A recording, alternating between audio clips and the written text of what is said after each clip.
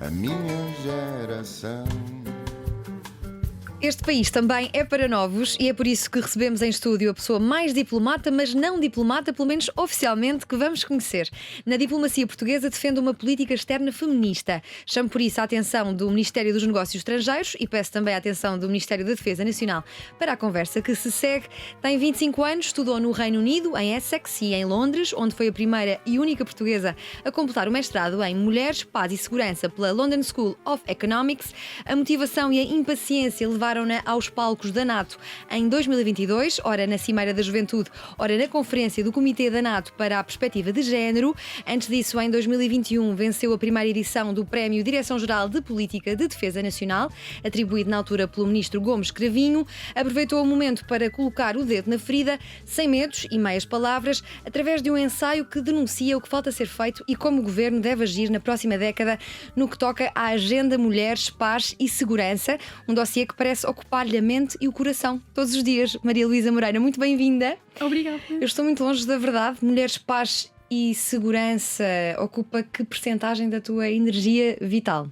Ocupa, eu diria, 70% neste momento. E só não ocupa 100%, porque os outros 30% são nos Objetivos de Desenvolvimento Sustentável, que é uma agenda muito mais ampla, mas ocupa-me grande parte do pensamento e das preocupações e das inquietações que me movem, tanto a nível profissional como a nível pessoal e daquilo que eu tenho feito, daquilo que eu tenho dito, tanto a ministros como a pessoas da sociedade civil, e portanto é um assunto que me pesa bastante na alma. E como é que estes três vocábulos se relacionam de forma tão íntima, mais íntima do que as pessoas possam pensar à primeira vista ou à primeira leitura? Mulheres, Paz, Segurança. Mulheres, Paz e Segurança é uma agenda de policy, uma agenda normativa do Conselho de Segurança das Nações Unidas. E não é nada mais do que termos a segurança internacional preocupada com os direitos e o estatuto das mulheres nas questões da paz, nas questões da segurança internacional e, portanto, olharmos para aquilo que falta fazer em matéria de aumentar a representação das mulheres no pré, durante e pós-conflito armado, e também na vertente política, portanto, que depois lida com isso da comunidade internacional. Tu defendes que é preciso ter foco na representação das mulheres e não apenas na vitimização. Completamente, sim. E acho que até aqui só nos focamos, ou praticamente só nos focamos, na vitimização, e isso é preocupante. De que forma é que tu vês isso? Vejo isso em tratados, vejo isso em políticas públicas que se vão sendo passadas, por exemplo, pelo Conselho de Segurança das Nações Unidas, e portanto há um grande problema quando só olhamos para as mulheres como vítimas indefesas e a precisar de proteção, e quando lhes retiramos uma agência e toda uma proatividade e toda uma realidade, isso depois afeta a maneira como interpretamos e resolvemos, ou tentamos resolver, porque depois não conseguimos resolver os problemas e a situação das mulheres nestas regiões, nestes contextos de insegurança. Como é que achas que as mulheres são vistas em contexto de guerra? Temos agora a guerra na Ucrânia, tivemos a Primeira e a Segunda Guerra Mundial. Volta e meia é um tópico em cima da mesa, porque até na questão da desigualdade de género se fala de que um homem é mandado para a linha da frente enquanto a mulher fica em casa, e muitas vezes esquecendo de forma é que fica a mulher, não é? Que violência psicológica se sofre nesse contexto. De que forma é que achas que temos olhado para a mulher no contexto de guerra e de que forma é que deveríamos, na verdade, estar a olhar? Bem, no caso da Ucrânia, eu acho que é escandaloso e é um ótimo exemplo porque é real, é recente e é aqui perto. E, portanto, nós tendemos a identificar-nos mais com os exemplos que nos são mais próximos, ou tendemos a dar mais atenção e importância a esses exemplos porque, se calhar, nos podem vir a tocar mais cedo. E no caso da Ucrânia, até te pergunto, Diana, quantas mulheres é que já viste à mesa das negociações entre Rússia e Ucrânia? A resposta é 0. E é precisamente por só olharmos para as mulheres como, neste caso, refugiadas, que fugiram do território ucraniano, vítimas de violência sexual, por exemplo, por parte das tropas russas, portanto, vítimas de violência física, sexual e psicológica, e estamos-nos a esquecer do outro lado da moeda, que é, temos 50 mil mulheres ucranianas nas Forças Armadas, das quais 10 mil estão na linha da frente. Portanto, há toda uma parte da história sobre esta guerra que não estamos a contar, e, mais uma vez, isso importa, porque estamos a olhar e a interpretar esta guerra mais uma vez como as mulheres, os homens vão para a guerra, as mulheres ficam para trás, coitadas, indefesas, são refugiadas, vamos ter de as proteger, e esquecemos que as mulheres ucranianas estão na linha da frente, não só em combate, mas em ajuda humanitária, tudo o que seja apoio psicológico a outras vítimas, portanto, organizações da sociedade civil, ou seja, há toda uma panóplia de atividades que as mulheres ucranianas têm desempenhado. Nós só nos focamos, se é que nos focamos, porque mesmo na questão das mulheres serem vítimas da violência por parte das tropas russas, ouvimos falar disso muito pouco. E os impactos destas narrativas não vão acabar quando as bombas pararem de cair. Portanto, o impacto que esta guerra vai ter e o apoio que as mulheres ucranianas vão precisar vai continuar durante muito tempo. Portanto, é importante. E o que é que nós, enquanto sociedade civil, podemos fazer para que se perceba melhor que nem todas as mulheres na guerra são refugiadas, indefesas e vítimas de violência sexual? Nós, este ano, durante o Dia Internacional da Mulher, vimos algumas campanhas, eu pelo menos vi, precisamente a dar voz ou visibilidade a mulheres na guerra na Ucrânia. O que é que tu tens feito nesse sentido? O que é que nós podemos fazer todos enquanto sociedade? Nós podemos continuar a dar visibilidade e a ouvir e a dar palco a estas questões. Não só às mulheres ucranianas, claro, mas também a quem queira alertar para a causa e para a realidade.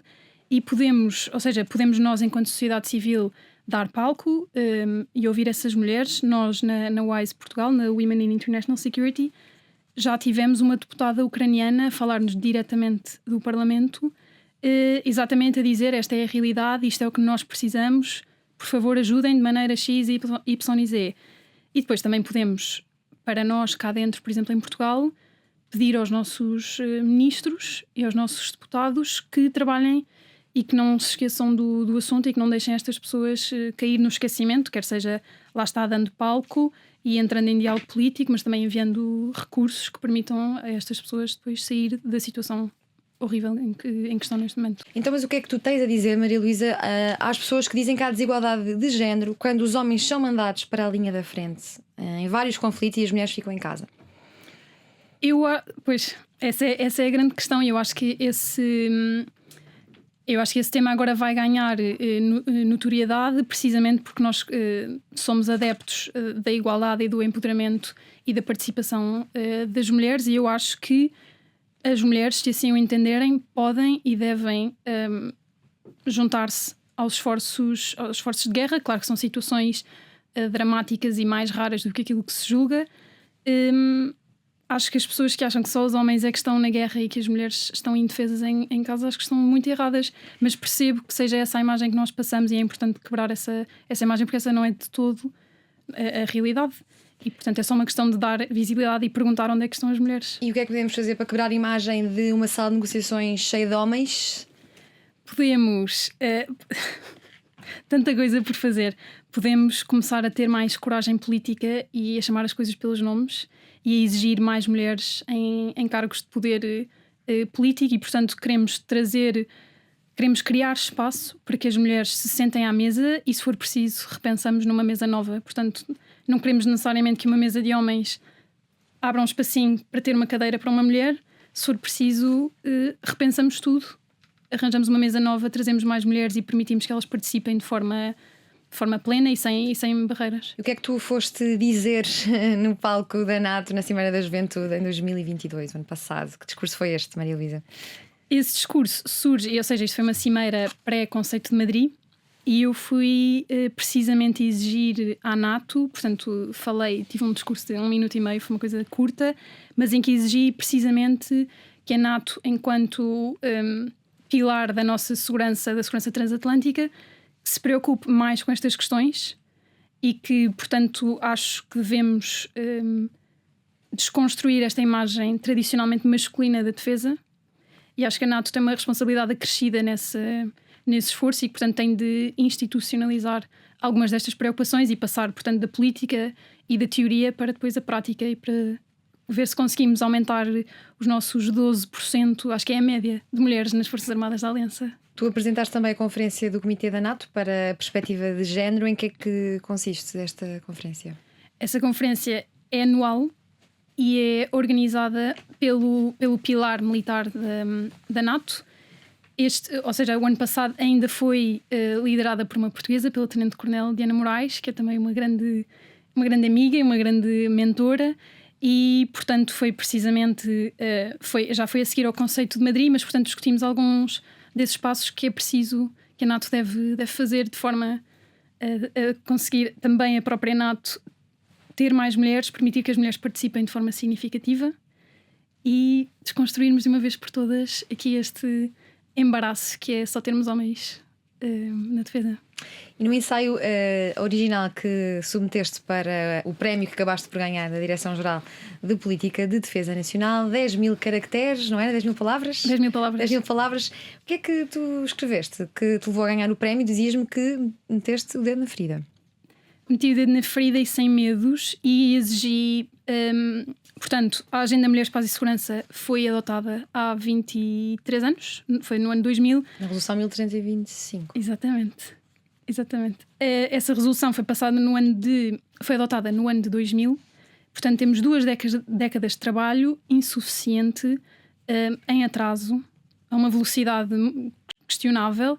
E eu exijo agora que até 2030, portanto, na próxima década dessa agenda, que se faça um esforço maior. E eu propus, acho que pela primeira vez, a Prémio Nacional, a adoção de uma política externa feminista pelo Estado português. E claro que foi um prémio para a defesa, portanto eu foquei-me na defesa, mas a defesa enquanto parte integrante da política externa, isso depois tem todas essas ramificações. E como é que deve então o Governo agir na próxima década? O Governo deve aumentar a sua coragem política, deve simbolizar politicamente que quer que a igualdade de género seja uma prioridade de princípio, meio e fim para qualquer política pública da sua política externa e, portanto, não é só promover a igualdade enquanto princípio, porque o Estado português já o faz, não é? Somos uma democracia liberal, claro que isso a igualdade é um dos nossos valores, mas é importante que a igualdade passe a ser centrada pré, durante e após a elaboração de qualquer política pública e que esses recursos sejam alocados, portanto, a todo esse processo. E é uma mudança radical de política externa e é um esforço que Espanha, Suécia, o Canadá, o Luxemburgo e outros países, mas de uma maneira um bocadinho diferente, o México e o Chile também já se comprometeram a adotar e, portanto, acho que Portugal tem as condições para o fazer. Esta tua proatividade em relação às relações internacionais à União Europeia já não é só da licenciatura, antes mesmo no secundário, num concurso My Hero, em que nem sequer foste selecionada por uma professora tua de inglês, resolveste participar e ganhar.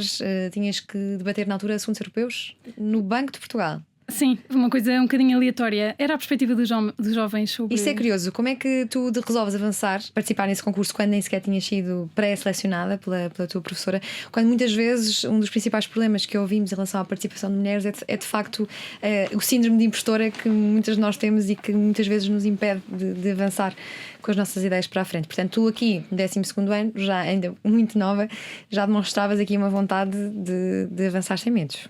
Certo, eu acho que é precisamente pela síndrome de impostor e por ser uma jovem mulher que tenho de pedalar mais. Tenho de pedalar um pedacinho extra e muitas vezes, se não for eu ou outras raparigas da minha idade, se não for eu a acreditar em mim própria, se não formos nós a fazer esse esforço pelo nosso percurso e pela nossa crença de que pertencemos a estes sítios e de que podemos participar se quisermos, acho que às vezes, se não formos nós, não vai ser ninguém. Nesse caso específico, foi precisamente uma afronta ao meu ego e à minha... Sim, como é que reagiu a tua professora de inglês? E, na verdade, o que é que tu escreveste neste ensaio em inglês que apresentaste ao Banco de Portugal? Sim. Com apenas 16 anos? A minha professora, na altura, foi muito divertido. Portanto, o que aconteceu foi... Eu não fui selecionada... Era tudo anónimo, mas eu não me foi dito para me candidatar e eu achei... Perguntei-me porquê, não é? Se é anónimo e qualquer pessoa se pode candidatar e eu quero participar neste programa, por que não? Portanto, candidatei-me, era anónimo e depois acabei por vencer. E na altura a minha professora, de facto, eu acho que também a surpreendeu a ela o poder de, lá está, de nos defendermos a nós próprios. Eu acho que ela não estaria à espera que alguém tivesse a audácia de concorrer a prémio de qualquer forma. E portanto acho que também para ela foi surpreendente e acho que também foi uma lição. E isto é importante para os professores, não é? De quem é que encorajamos e de quem é que deixamos de fora. É preciso ter atenção a isso. E na altura dei só, quer dizer, uma coisa muito, muito ingênua e muito... Na altura tinha 17 anos, acho eu. Foi só porque é que a União Europeia deve ouvir mais os jovens. Foi por aí, era uma coisa curta. Mantiveste essa ideia quando conheceste a diretora do Público da altura, Bárbara Reis, numa visita ao público, dizendo que os jovens deviam escrever mais nos jornais, e neste caso, com 17 anos, é mais jovem do que este programa pretende representar. Achas que a sociedade tem então tem a ganhar a ouvir mais mulheres e mais jovens? Acho, claro que sim. E na altura fui ao público, lá está, e achei aquilo genial, e sempre tive grande exposição à leitura e à escrita, e portanto lembro-me de ir ao público e pensar, mas por que razão é que eu não posso expor aqui as minhas opiniões? Só pela minha idade, portanto sou desqualificada porque tenho 17 anos, mas eu tenho coisas a dizer. Podem ser coisas ingênuas, mais uma vez, e coisas criticáveis, mas também faz parte do processo de crescer, ganhar essa exposição e se calhar, estaleca de poder expor aquilo que eu penso e poder ser debatido. E portanto, na altura, sim, cheguei a casa depois dessa visita à redação e escrevi à diretora do Público. Sim, e é uma forma também de incentivar os jovens a participar civicamente desde cedo. De onde é que vem esta tua vontade de participar tão cedo? Tu já na altura de escolheres o curso do ensino superior mostraste muito indignada, porque é muito cedo. Eu partilhava da mesma indignação na altura. É muito cedo para decidirmos logo aquilo que vamos querer ser para o resto da vida. Achas que o nosso sistema de educação está pronto, preparado, adaptado a criar mulheres que queremos em palcos ou em mesas de negociação? Não, claro que não. É um sistema, bem, na altura já era crítica e a crítica mantém-se. Acho que é um sistema que nos dá pouca liberdade para a autodescoberta, para o nosso desenvolvimento e para podermos expor aquilo que gostamos ou de ir explorando se gostamos ou se não gostamos, e é importantíssimo poder escolher e perceber que não é por aqui que eu vou, não é por aqui que eu quero ir, e toda a minha vida eu acho que tem sido precisamente essa lição. E o nosso sistema, claro que não está preparado e claro que não fomenta isso. É um sistema que nos obriga a escolher com essa idade. Quer dizer, se eu hoje aos 25 anos não sei o que é que quero fazer para o ano, ou se não sei ainda que carreira é que quero, imaginem vocês o que é que eu pensava aos 15 anos, quando fui obrigada a escolher uma área. E portanto, claro que claro que por ser um sistema rígido, que não nos permite, portanto, por exemplo, ir para ciências, mas manter uma cadeira de humanidades, claro que é a partir de um sistema que nos vai limitar a nossa individualidade. Sim, e não encontraste isso quando aos 18 anos foste para o Reino Unido? Encontrei. O contrário. É um sistema completamente diferente. Portanto, depois aos 18 anos fui fazer a licenciatura para o Reino Unido e é exatamente o oposto. Portanto, entrei num curso de Relações Internacionais onde... Tu dizias-me que é quase impossível até duas pessoas terem um percurso académico igual. Completamente. Porque está nas mãos dos alunos escolherem as cadeiras que vão ter. As cadeiras, sim. Depois há diferentes métodos de avaliação. Portanto, se a pessoa prefere ir a exame, pode ir a exame e pode fazer o trabalho pode fazer trabalhos quase voluntários como quer, e portanto há uma maior abertura a esse processo que é tão importante de autodescoberta e de procura também do nosso espírito crítico, e isso é um processo contínuo. E como é que claro. sentiste essa responsabilidade de escolheres tu as matérias que querias estudar, e o que é que optaste por estudar nessa altura, aos 18 anos? Lá está, eu comecei por escolher, por exemplo, Direito Internacional, detestei. Economia, detestei. Tentativa e erro. Portanto, toda a minha vida foi... Mas acabavas as disciplinas? Acabava, claro, sempre, até ao fim. E portanto... Quando é que começas a gostar? Comecei... De que é que começas a gostar? Tem graça porque só comecei a gostar a meio do segundo ano, e precisamente destas questões da segurança internacional e da análise de conflito armado, precisamente por perceber que são as áreas onde não há mulheres. E isso interessou-me, portanto comecei por aí. Porque é que não há mulheres e o que é que podemos fazer para mudar isso? E há aqui uma influência de uma avó muito forte no teu crescimento. Sim. A Ivete Centeno. Sim. De que forma é que sentiste esta influência da tua avó? Não só na escrita, que já me contaste que te sentes de alguma forma influenciada por, não sei se leste muitos livros desde cedo, se tiveste uma infância e uma adolescência rodeada de livros. Conta-me. Sim, ou seja, tenho essa sorte e esse privilégio de ter tido sempre esse ambiente em casa e em família, portanto os hábitos de leitura e dessa liberdade de perceber o que é que eu gosto e o que é que não gosto, neste caso de ler e de escrever, e sempre foi fomentado em casa. E isso para mim foi uma grande sorte e um grande privilégio que me moldou a vida toda, e portanto eu não acho que tenha lido acima da média, não acho que seja culta acima da média, claro que não, mas houve sempre uma influência muito, muito forte e a minha avó sempre me pôs à vontade para escrever sobre o que eu quero escrever e escrever quase como arma para mudar o mundo, e é isso que eu continuo a fazer hoje em dia. E nesta tua adolescência intensa, impulsiva e bem vivida, sempre muito centrada na descoberta de quem eras, como é que isto se consegue? Com muito trabalho, com imensa procura, com alguns desgostos e momentos mais difíceis. Portanto, todo esse episódio do ensino secundário e de não acertar logo à primeira naquilo que eu gostava, claro que me moldou, mas também me tornou mais aberta, se calhar, ao desconhecido e àquilo que eu não sei, e portanto isso agora para mim já é um desafio e já é uma coisa que me traz adrenalina e diversão, e portanto não tenho medo, ou tenho menos medo hoje em dia de errar e de explorar. E saber do que não gostamos é tão mais importante do que saber aquilo que gostamos? É tão mais importante, e é uma maneira de nos ficarmos a conhecer, e eu acho que só lá vamos por tentativa e erro. Claro que há quem tenha sorte de descobrir a carreira que gosta e que quer mais cedo ou mais tarde. No meu caso tem sido por tentativa e erro, e vou explorando, e não é por aqui, mas é por aqui ou mais ou menos. No meio deste percurso acabas por ser a primeira e única portuguesa a fazer o mestrado em Mulheres, Paz e Segurança, que atualmente é o que te ocupa 70% da energia vital, já aqui disseste. Como é que descobres este mestrado e porque é que é tão raro, no fundo, não é? Se és a primeira e única portuguesa. Eu descubro esse mestrado no último ano da faculdade, portanto eu escrevi a minha tese no Reino Unido, a tese de licenciatura e tese de mestrado, e na licenciatura eu escrevi sobre a violência sexual contra as mulheres no Congo, na República Democrática do Congo, e portanto toda essa pesquisa para a tese me obrigou a querer saber mais sobre o tema, como é que eu me podia tornar especialista e mais preparada para o debater e eventualmente fazer disso a minha carreira.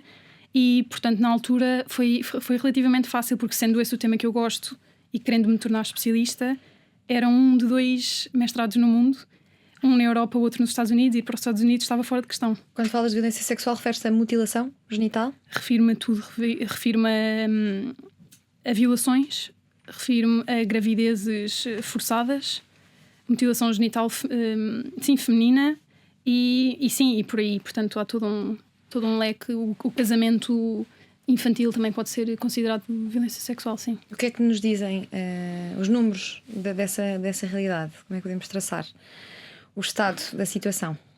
Não é bom. A estimativa, se calhar mais chocante, é que 1 em cada 3 mulheres no mundo há de sofrer um tipo de violência deste género. E sabemos quais são os principais países em que isso acontece? Porque é que tu focaste no Congo? Os principais países em que isso acontece são países normalmente em conflito, ou com uma instabilidade prévia, ou isto depois acontece muito durante conflitos, por isso é que já ouvimos falar disso agora na invasão russa, mas também temos episódios de mutilação genital feminina, por exemplo, em Portugal, na Europa. Portanto, não é preciso ir longe para perceber que as violações dos direitos das mulheres são universais, praticamente. E tu entras por esse tema um pouco duro. O que é que te faz ficar e gostar desse tema? Perceber que a realidade das mulheres... Bem, o António Guterres disse há 15 dias... Estamos a 300 anos da igualdade de género, e foi um bocadinho por aí que eu fiquei, porque percebi que a situação é drástica, há muito trabalho a fazer, e portanto daquilo que depende de mim quero continuar a explorar e a pensar e a contribuir para a resolução desta realidade. Nos últimos tempos, mais focada no que se passa em Portugal, com esta tua vontade de que Portugal adote uma política externa feminista. O que é uma política externa feminista? Para que é que serve? Uma política externa feminista é uma política externa normal, portanto é o conjunto de interações e mecanismos que um Estado adota para interagir com outro Estado ou com organizações internacionais. Tem várias áreas, tem a diplomacia, a segurança, a defesa, a ajuda humanitária, o comércio, a internacionalização. Em que é que difere de uma política externa dita tradicional? Difere porque pegamos aí, não é? Isso é a definição base de política externa, e a política externa feminista interroga-se ou preocupa-se com essencialmente 3 pilares e 3 prioridades.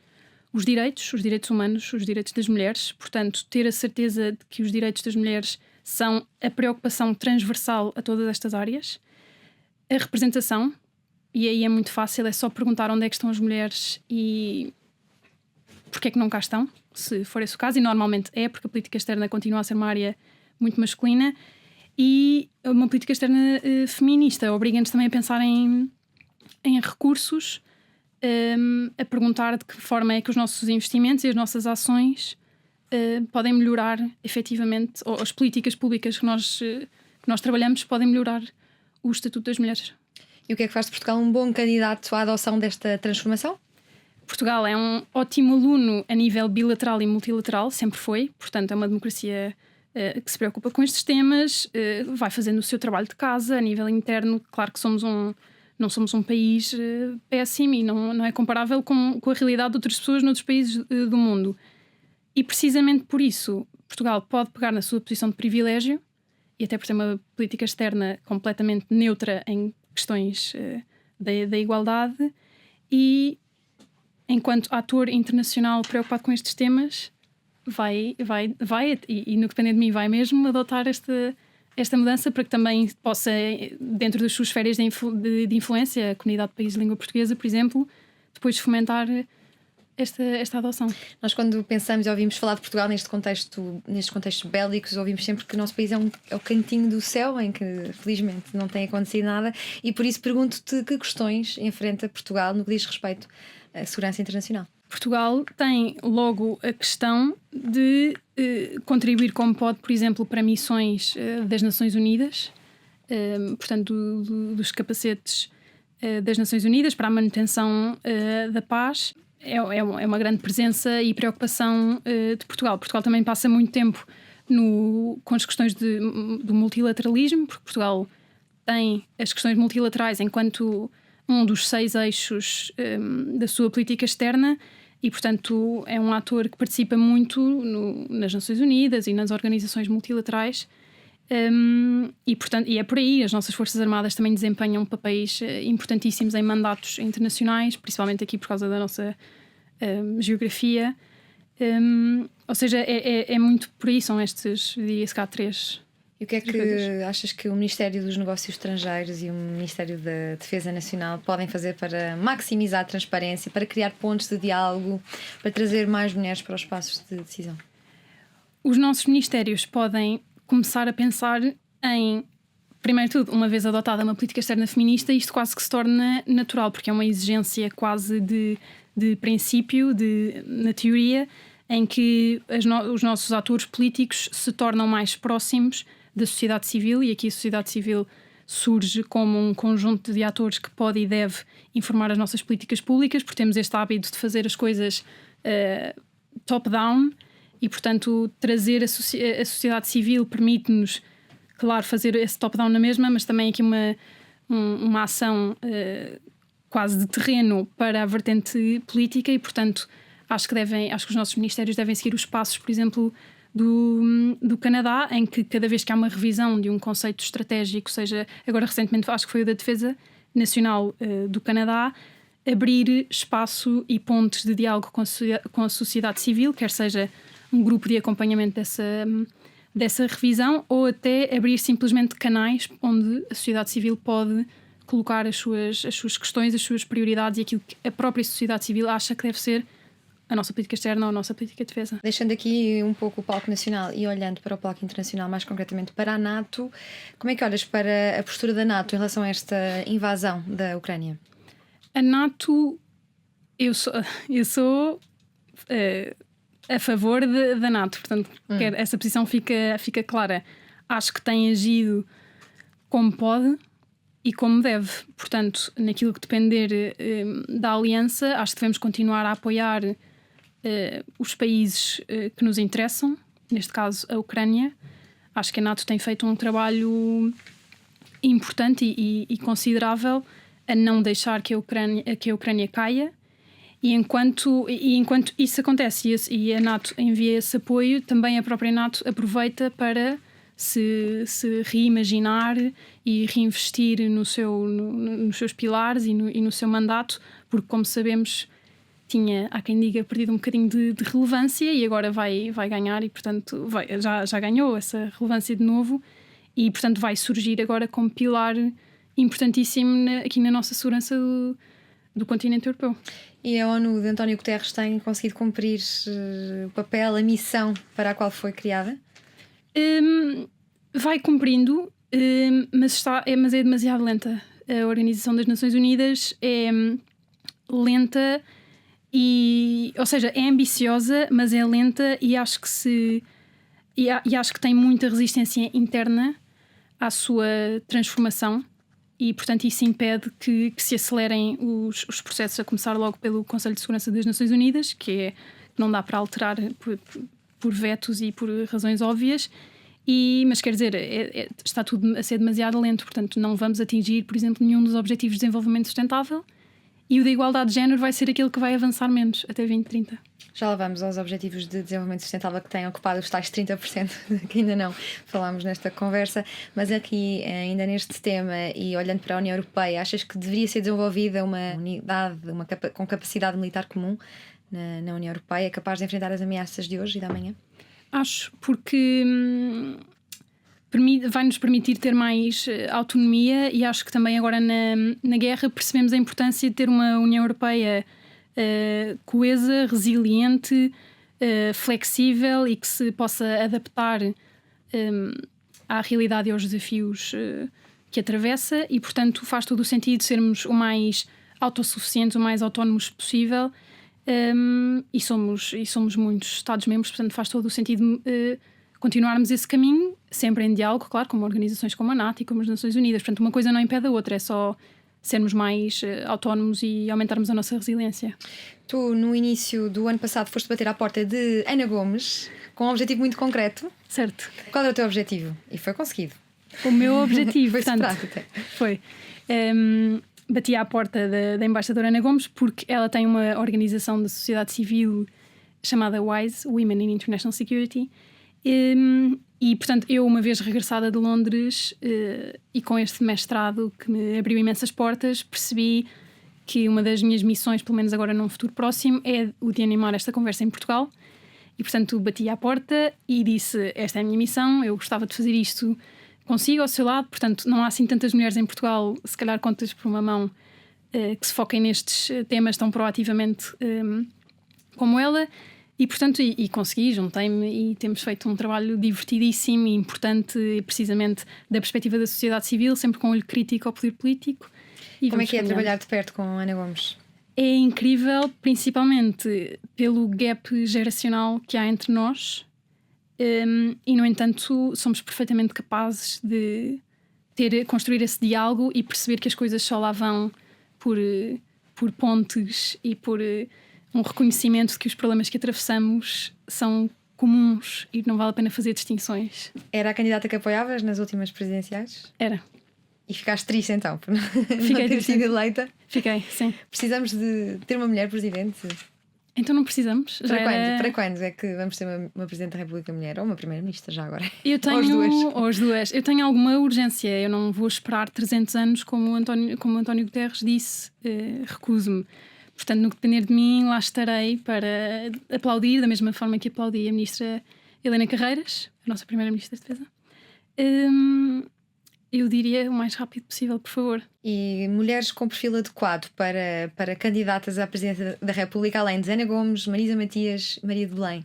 E, na verdade, podem ser jovens, a partir dos 35, não é? Podem ser jovens. Legalmente. Sim, tinha de pensar um bocadinho e não me querendo comprometer e depois queimar aqui algumas amizades. É que na fila para as próximas já temos vários homens, para as próximas presidenciais, mulheres. Além de Ana Gomes e Marisa Matias, ainda não ouvi mais nenhum nome pairar. E gostávamos que isso mudasse. E gostávamos muito que isso mudasse. Daí estar aqui a pensar em voz alta. Sim. Contigo. Temos agora uma Ministra da Habitação com 34 anos, que para mim também dá alguma esperança, porque de facto em Portugal ainda não é a regra, não é? Sim. Termos mulheres em cargos de liderança. Ana Gomes inspira-te de alguma forma nesta liderança feminina? Naquilo que deve ser uma liderança feminina? Inspira-me a não ter medo de defender o que eu defendo e de dizer o que penso. E, portanto, como deves calcular, vir a público dizer que Portugal deve adotar uma política externa feminista não é uma coisa... Ou seja, tem o seu peso, tem a sua responsabilidade e ela inspira muito nesse sentido. Portanto, se eu acredito e defendo uma coisa, por que não ir a jogo e aprender nesse processo? E nem só de mulheres se faz a tua vida. Neste momento tens o homem muito presente da tua vida, que é o engenheiro Jorge Moreira da Silva, no qual és assessora dele agora neste momento, não é? Para os Objetivos de Desenvolvimento Sustentável. Em quem consiste este teu trabalho, que é muito recente, começou este ano? É muito recente, sim. Trabalho na Plataforma para o Crescimento Sustentável, uma associação cívica, portanto da sociedade civil, e fazemos, portanto o meu trabalho passa muito pela análise de políticas públicas e de pensar numa alternativa para estas questões, para que o nosso país possa efetivamente acelerar um bocadinho aqui as suas metas dos Objetivos de Desenvolvimento Sustentável, que sim, que não estão famosas a velocidade que temos caminhado. E, portanto, fazemos atividades mensais, conferências para debater temas urgentes para Portugal, como a demografia e as alterações climáticas, por exemplo. Sim, o que é que há a fazer neste campo? Tu há pouco quase que coçavas a cabeça mostrando que de facto estamos bem longe de alcançar estes objetivos de desenvolvimento sustentável. Falta muito. Falta, por exemplo, em questão de demografia, é assustador pensar que não temos bebés, que não há condições para termos bebés e que, portanto, temos uma sociedade completamente envelhecida e isso agora não nos preocupa até que um dia... acho que o nosso poder político vai acordar e perceber que estamos numa encruzilhada e que estamos simplesmente a caminhar para a extinção da população portuguesa, por exemplo. Tu contavas-me que te consideras uma especialista e não uma generalista nesta área das mulheres, paz e segurança, e que é preciso oferecer soluções práticas para a desigualdade de género. Que soluções práticas são estas? Temos logo à partida uma controvérsia que é as cotas. E eu sou a favor, acho que é um mal necessário e acho que é um penso rápido, mas acho que devíamos ir por aí se necessário. Mas mais do que ter esta prática ou estas ações afirmativas, eu acho que é mais importante começarmos a pensar e com alguma urgência nas barreiras que impedem a participação, ou seja, em vez de pôr cotas, começarmos a remover barreiras que à partida impedem, por exemplo, as mulheres de entrar nas Forças Armadas, estou a dar um exemplo, ou na nossa carreira diplomática. E, portanto, eu iria por aí, por exemplo, no caso tanto da carreira diplomática ou de uma carreira militar, eu acho que temos de começar a pensar como é que podemos atrair, recrutar e reter os melhores recursos humanos. E isso passa por olhar para a realidade das mulheres, olhar para a realidade dos homens e perceber como é que podem coexistir, porque neste momento essas carreiras e essas instituições não têm essa perspectiva de género aplicada. E quando falas em perspectiva de género, quando falamos em igualdade de género ou desigualdade de género, focas-te em homens e mulheres ou nos vários géneros? Focas nos vários géneros, portanto tens uma lente de intersectionality. Uhum. E claro que quando se diz homens e mulheres, claro que é a maneira simples e rápida de o dizer, mas claro que a ideia não é só trazer uma mulher e já está, ou trazer um grupo de mulheres e já está. É preciso olhar para a diversidade e a inclusão destes grupos para os quais olhamos e se representa depois a nossa sociedade. Portanto, não queremos que todas as mulheres que entrem numa carreira diplomática sejam como eu, em termos de aspecto e de percurso e todas as outras características, claro. É importante que a nossa função pública e a nossa vida pública seja uma reflexão da sociedade plural e diversa que temos. Por falar em mulheres e funções públicas, como é que foi conhecer a Angelina Jolie e poder conversar com ela? Foi incrível, foi o pico alto, foi o ponto alto da minha vida e a partir daí foi sempre a descer, claro. Foi um grande privilégio, foi incrível na altura, porque a minha turma de mestrado já era pequena, éramos 20 alunas de mestrado e nesse dia, nessa aula, portanto aquilo foi tudo super secreto e marcaram-nos uma aula de repente para o dia seguinte às 9 da manhã, claro que por ser às 9 da manhã quase ninguém foi. Mal sabiam eles, não é? Exatamente, e só aparecemos 6 e portanto estivemos numa salinha com ela. a debater. Na altura era a situação do Afeganistão e o trabalho que ela tem feito em campos de refugiados, e foi incrível, e lembrou-me muito que todos nós somos humanos, e a pessoa pode ser a pessoa mais no topo do mundo, como ela é, claro, e todos temos uma dimensão emocional, uma dimensão que nos liga a todos, e foi muito interessante, e foi uma grande honra conhecê-la, claro. E lembras-te do que é que conversaram?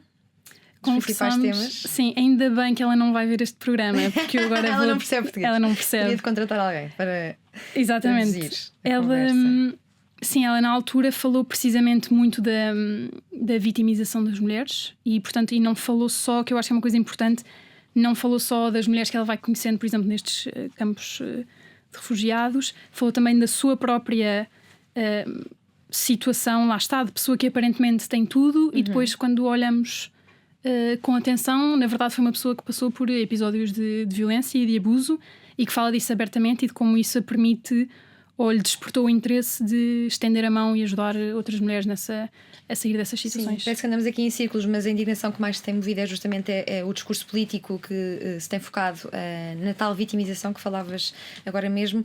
De alguma forma, quem é que tem a responsabilidade nesta vitimização? São os órgãos de comunicação social? São as embaixadas dos vários países? Quem é que pode efetivamente fazer com que a mudança aconteça? Eu acho que a mudança tem de vir do ponto mais alto, e neste caso, e estou a falar destes temas específicos, portanto, de paz e de segurança internacional, a grande responsabilidade é do Conselho de Segurança das Nações Unidas, que, a partir do momento em que faz uma agenda em que metade das resoluções são sobre a vitimização das mulheres em conflito armado, ou seja, esta narrativa de que elas só são vítimas, por exemplo, de violência sexual. Logo aí à partida, em que temos um mecanismo internacional que faz esta narrativa e que cria esta imagem e que retira a agência das mulheres, isso depois dissemina-se por tudo o que é política nacional, multilateral. Essa linguagem é adotada a partir daí, depois chega a nós facilmente e à nossa política nacional. E tu, Maria Luísa Moreira, olhando para o futuro, onde é que tu te vês poder efetivar melhor a mudança enquanto assessora de quem consegue ter as mãos na massa de forma mais imediata, enquanto eurodeputada? Lá está a pessoa que pode pôr as mãos na massa, embora sempre com alguns pruridos pelo meio. Ministra, deputada, investigadora, onde é que tu vês, onde é que tu gostarias de estar, e onde é que vês que a mudança pode ser efetivada? Eu acho que vou passar por várias fases, e portanto não sei no imediato onde é que eu vou parar. Acho que vou passar por pelo processo de tentativa e erro, e para ir absorvendo várias dimensões. Portanto, neste momento sou sociedade civil. Não digo que um dia não venha a ser, por exemplo, diplomata. E concorrendo sim, tentando aos adidos da embaixada. Aos adidos da embaixada, não digo que não, é uma possibilidade. E eventualmente, claro, só se muda as regras quando se é responsável pelas regras, e se um dia tiver de ser Ministra dos Negócios Estrangeiros para implementar uma política externa feminista, lá estarei a concorrer e a tentar, claro. Identificaste com o trabalho, por exemplo, de Augusto Santos Silva, enquanto Ministro dos Negócios Estrangeiros durante tanto tempo? Acho que foi uma pessoa que fez o seu papel naquela altura, sendo que Portugal tem sempre esta postura do bom aluno, e portanto não levantamos a voz e não questionamos muito, e eu acho que não fazia mal agora. E o Ministro Gomes Cravinho já é um bocadinho essa pessoa, um bocadinho com mais genica e sem medo de pôr alguns dedos nas feridas, assumo, e de dizer as coisas mais como elas são. E Portugal acho que tem de começar a ter esta genica, esta atitude na cena internacional. Se tu pudesses mudar algo imediatamente nesta agenda Mulheres, Paz e Segurança, o que é que tu mudarias? Eu focaria muito mais ainda na participação efetiva e plena das mulheres, e acrescentava assuntos que vão afetar os direitos das mulheres num futuro próximo. Desde logo, agora começarmos a pensar quais é que são as ramificações de uma guerra na Ucrânia, por exemplo. A situação das mulheres, portanto, os homens hão de regressar da guerra, não é? As mulheres também, mas isto vai ter ramificações sociais durante anos e anos. Logo à partida, por exemplo, não há infraestrutura, organizações da sociedade civil sem fundos e sem recursos mulheres vítimas de violência e violência doméstica. Isso é um dado conhecidíssimo. Portanto, no final da guerra isso perpetua-se. E outros assuntos, por exemplo, as alterações climáticas, e começarmos aqui a perceber como é que os problemas globais do nosso mundo estão todos interligados e não vale a pena escolhermos os nossos preferidos, porque vamos lá sempre parar e são todos dependentes uns dos outros. Estando tão ligado à temática da violência doméstica, já tendo investigado e escrito sobre o assunto, como é que olhas para a forma como o país, Portugal, lida com este assunto e como é que protege as vítimas?